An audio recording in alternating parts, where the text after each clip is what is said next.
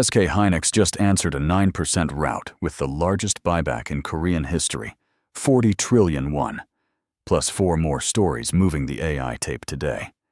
Let's get into it. SK Hynix board just told the market it was wrong and put $28.6 billion behind the argument, one day after the stock fell 9.75%. And the Kospi tripped its circuit breaker. The company announced a 40 trillion won buyback and cancellation program, the largest Treasury share retirement in Korean corporate history, roughly 24 million shares, or 3.3% of shares outstanding, retired between August 20th and November 19th. The stock closed up 12.73% and dragged the whole index with it. Management also raised the shareholder return floor above 50% of cumulative free cash flow through 2027.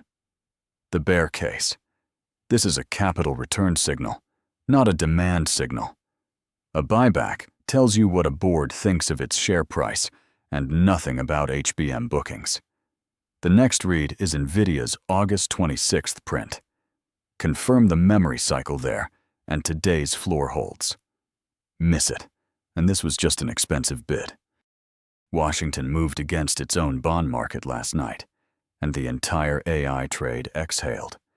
One day after the 30-year Treasury yield hit 5.3%, the highest since 2007, and the proximate cause of Tuesday's global semiconductor rout. Treasury said it will at least double its long-dated buyback operations from a $2 billion maximum to $4 billion, running September 9th through November 4th. The 30-year fell about 10 basis points to 5.19. The S&P 500 snapped a 3-day losing streak at 7,707. For AI investors, the mechanism matters more than the magnitude. Every hyperscaler CapEx plan and every neocloud lease is a long-duration cash flow, and the discount rate has become this sector's dominant variable. The bear case. This is plumbing, not a policy pivot. It does nothing to the supply picture that produced a 19-year high. Watch the next long bond auction. Weak demand there, and the 5.3 level gets retested with the semis attached. Anthropic just financed NVIDIA, a rival with a single $250 million order. British inference chip startup Fractile is in advanced talks to raise about $600 million at a $6.5 billion pre-money valuation, 6 times the roughly $1 billion mark it carried in May. The catalyst is one initial agreement to supply Anthropic with SRAM-based inference silicon, and that silicon does not ship until 2027. So the market repriced a pre-revenue hardware company by $5.5 billion on a Frontier Labs stated intent to diversify away from NVIDIA. It's the third escape hatch in 8 days, after OpenAI's Cerebras-hosted ultra-fast tier and the CS4 launch. The bear case: one initial contract, one customer, and chips that don't exist. This is a valuation built entirely on optionality. Watch whether Anthropic expands beyond that first $250 million before tape-out. If it doesn't, $6.5 billion is the peak, not the floor. Samsung is finally charging for TSMC's overflow.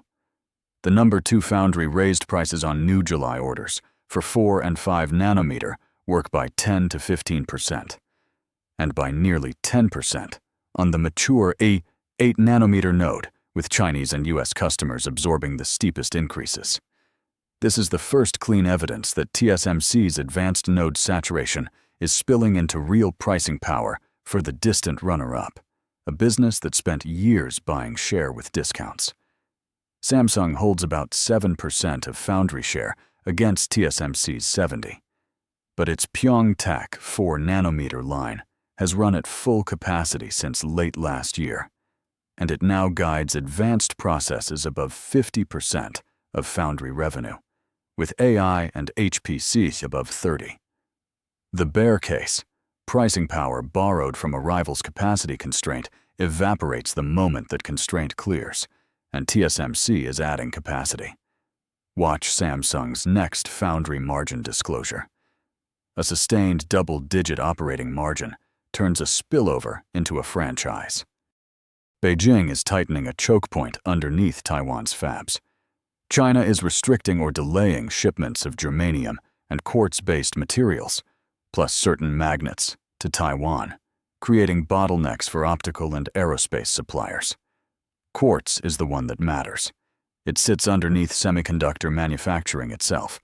Crucibles, furnace tubes, photomask substrates, which makes this slower acting but structurally deeper than any export ban on finished chips.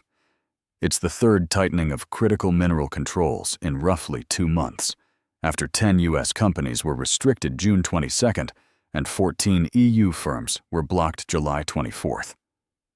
The IEA has warned that full enforcement could put $6.5 trillion of downstream production at risk. The countercase is the market's own verdict. There's no immediate P&L effect, and TSMC closed up just 1.06% today, which tells you none of this is priced. Watch quartz crucible lead times and any Taiwanese fab commentary on material sourcing. It shows up in guidance first, not headlines. Today's through line.